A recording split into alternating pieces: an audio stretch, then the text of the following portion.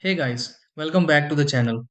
If your Skylight calendar shows connected no internet, the Wi-Fi connection itself may be active while the device is still unable to reach the internet. Instead of repeating the usual reset and reconnect routine, this time we are checking the network environment around the calendar.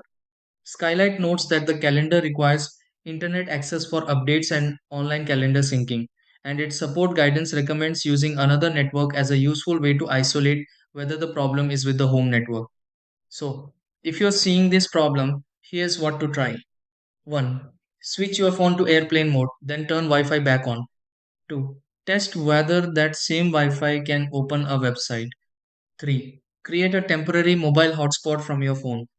4. Connect the Skylight calendar to that hotspot. 5. Compare the result. Internet on the hotspot points to your home network as the likely cause.